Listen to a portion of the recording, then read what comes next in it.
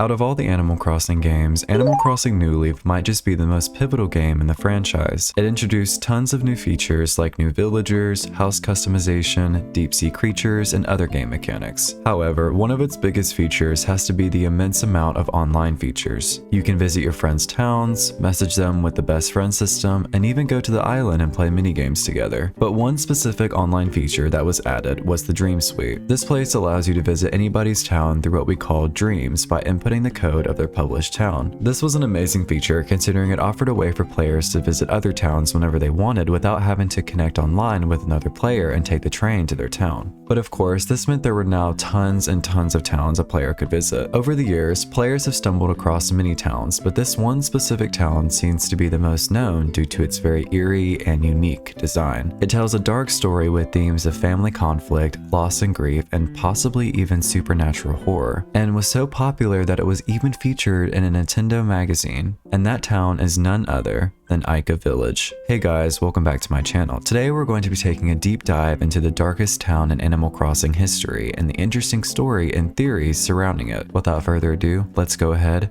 and get started.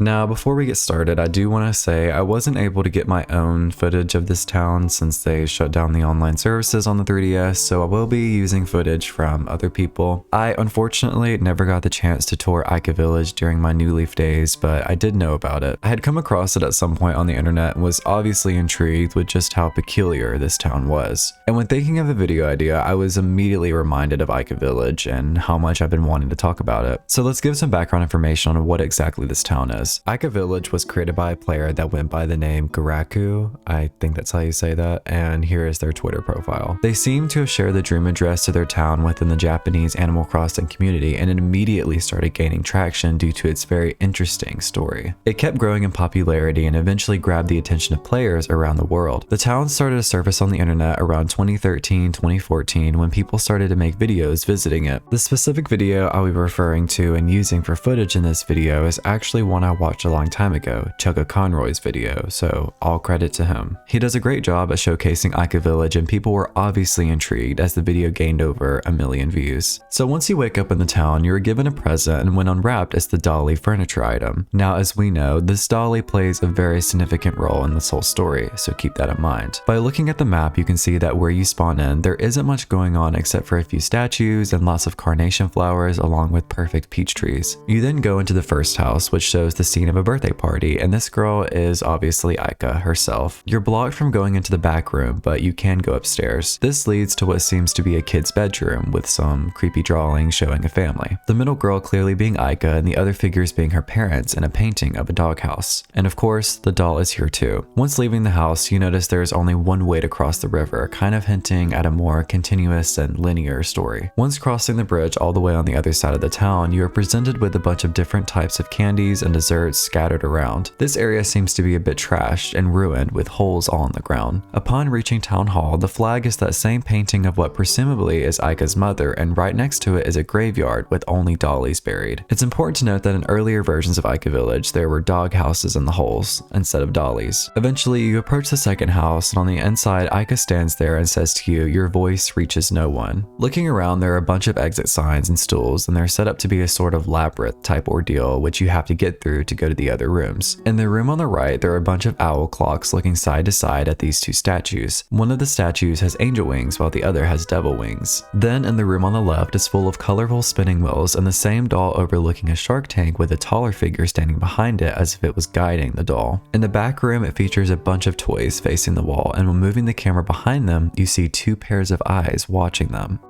Upstairs, it seems to feature the well-known scene of Adam and Eve from the Bible where the snake persuades them to eat the apple. In the basement, there is a party scene going on with a bunch of dolls, and behind the red one we repeatedly see there is an axe. Then after leaving the second house, there's a lot of spoiled turnips on the ground, weeds, trash, and some dead trees. Inside each of the villagers' houses, they all have the same red dolly. Going a bit further down, there is the third house, and this one is a bit more rundown. Going inside, we can see a lot of bookshelves, and the dolly finally comes out from hiding and is sitting right in front of you with an axe. By navigating through the bookshelves like a maze, you can go to the room on the right. In this room, there's only a piano and some Easter eggs strewn about. In the back room, there's a diary and a picture book on display with pages all over the floor. Upstairs, there's a scary room featuring the painting of the mother and family all over everything, and the dolly sitting in front of a TV playing static. Downstairs, there is a bed with an outline of a body and the dolly sitting next to it. After leaving the third house, there are just more and more dead trees and weeds everywhere. Then all that's left is the last house, and appears to be what Aika's house is now. The first room is the same as the first house with the birthday scene, but garbage is all over the floor. However, you can actually go in the back room now, which you couldn't do in the first house. The back room shows Aika locked up with the dolly and the axe while being watched by several different faces. Then upstairs, the same kid's bedroom is shown again with the mother, Aika, and the dog being crossed out in the paintings. The other toys face the wall while the same dolly sits there facing us with the axe. The last bit of this story has the player go down to the beach where there are dead bamboo shoots and lucky clovers along with a pair of red shoes, presumably Aika's. Then by putting on a wetsuit, you cross the water to the small island with a grave. Digging up what's around it, you find a creepy skeleton, a time capsule, and the dolly. This hints that Aika is now dead, which is the end of this story.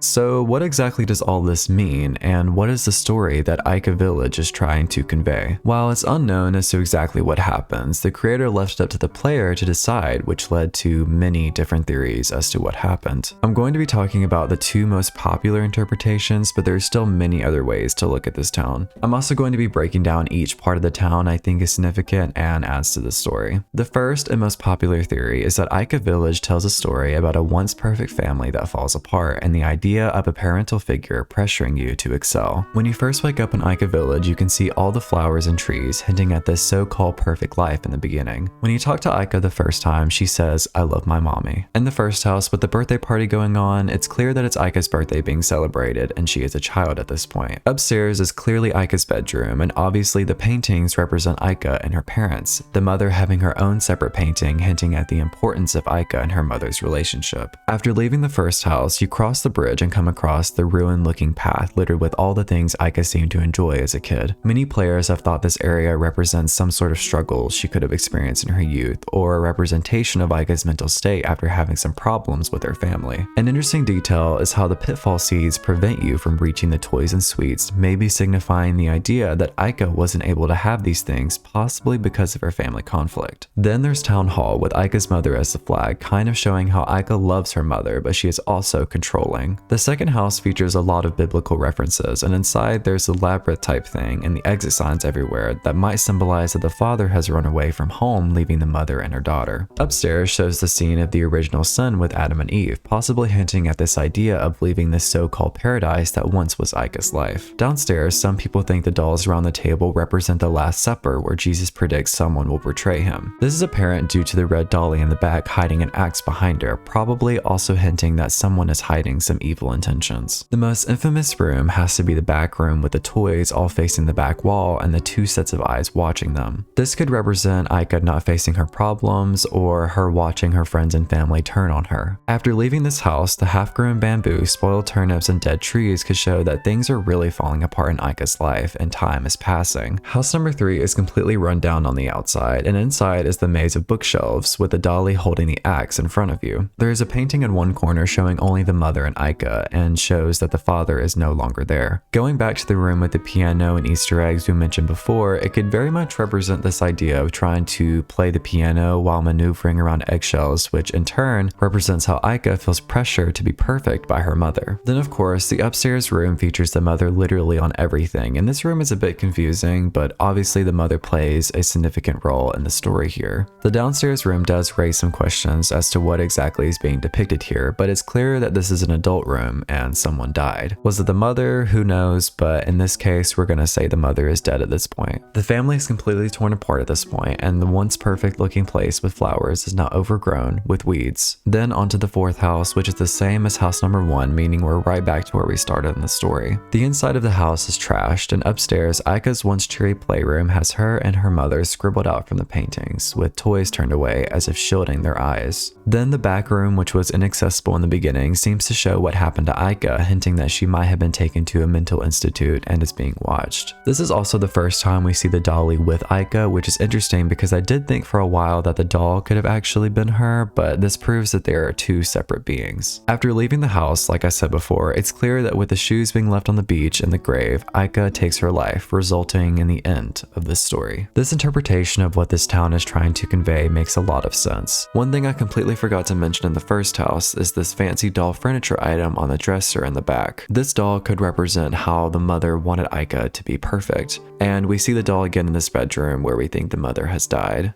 To summarize, this theory suggests that Aika Village tells the story of a young girl who once had a perfect life but lost everything due to family turmoil and her mother's overwhelming pressure. As her father leaves and her mother's control tightens, Aika's mental state deteriorates, leading to isolation, madness, and ultimately her tragic end. The second most popular theory is that Aika Village tells the story about a haunted doll that possesses Aika and destroys the family. Some people think that the dolly takes over Aika and even gets her to kill her own mother. But before we get started, let's hear a word from the sponsor of this video. Spring has in fact sprung, and what's better than going outside to enjoy this weather?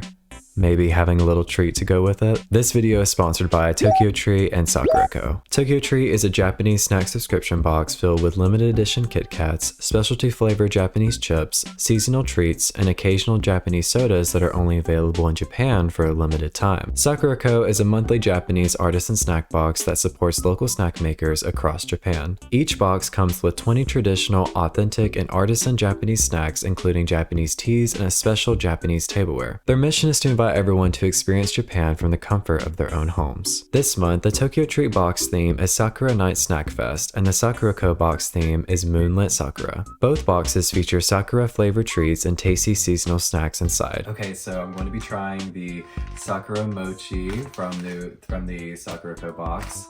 So let's see what this is about. I love me some good mochi.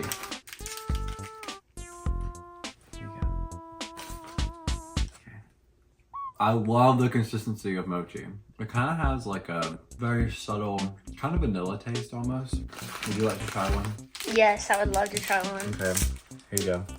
This is for the viewer. Delicious. It's real good. Next we have the Sakura matcha wafers. Love me a good wafer. It's good. I like it. Wait. I love me some matcha. I'm getting the matcha taste in here. Do you want to try it? The viewer? Yeah, let me try it. The viewer. There you go. Delicious. These boxes bring the charm of Japan's Yozakura, cherry blossoms at night, right to you, with Sakura sandwich cookies in the TokyoTreat box, and Sakura hibiscus tea in the Sakuraco box. Each box also includes a cultural guide booklet featuring snack details, allergen information, and fun insights about Japanese culture. So go ahead and get one of these boxes today and use my code Daiton for $5 off your first order. Thank you to TokyoTreat and Sakuraco for sponsoring this video, and y'all get one of these boxes. Just go do it. Just click that link. So Aika receives the doll on her birthday, which is shown by the first house, and everything is great in her life. Going through the ruined path to the graveyard, when you dug up what was in the holes, it used to be dog houses, but the updated version has dolls instead. However, the dog houses led people to interpret that this was the start of the doll taking things away from Aika, like the dog which was seen in the painting in her room. Then in the second house, the father is no longer in the picture, and downstairs, the same doll we keep seeing has an axe behind her. Some people didn't take this as a reference to the Last Supper, but more so a scene from inside one of Aika's dollhouses. The axe might represent the evil intentions of Aika herself. Perhaps the doll is starting to work its way into her mind. Then as you make your way to the third house, everything seems to be falling apart with the scenery and everything. In this house, there's the doll with the axe, which means she is taking over Aika now and is controlling her. What's interesting is that going back to this same painting, the father isn't pictured, but it's either Aika or the doll with the mother. This could somewhat be more proof that the doll is consuming Aika. This room I didn't didn't talk about in the first theory, but this could represent her memories and how they have been scattered everywhere in her mind, except for certain ones, like our perfect childhood. There is a top floor with the image of the mom on everything and the dolly sitting in front of the TV, but it's still unclear as to exactly what this room is trying to reveal to us. Downstairs is that adult-like bedroom, showing that someone is dead, presumably the mother, and the dolly is right there. Was Aika made to kill her mom by the doll, or did the doll do it? Who knows? In the final house, upstairs is where the dolly sits with the axe, and Aika and her mother are scribbled out in the paintings. This kind of shows that the mother is in fact dead at this point, and Aika might be too, but it also could mean that Aika is just completely out of the picture since she's lost her mind through the doll's control. Then there's the final part of the story where it's obvious that she takes her own life, either forced to by the doll or on her own accord. When digging up the dolly at the grave, does this mean the dolly has also passed along with Aika, or is the doll waiting for someone to stumble across her and the same cycle happens again? To summarize, this theory suggests that Aika Village tells the story of a haunted doll that slowly possesses Aika, leading her to destroy her own family. The doll's influence grows over time, taking away Aika's loved ones, manipulating her mind, and ultimately driving her to madness. In the end, Aika either takes her own life under the doll's control or as a desperate escape, leaving the question of whether the doll's curse has truly ended or if it's waiting for its next victim.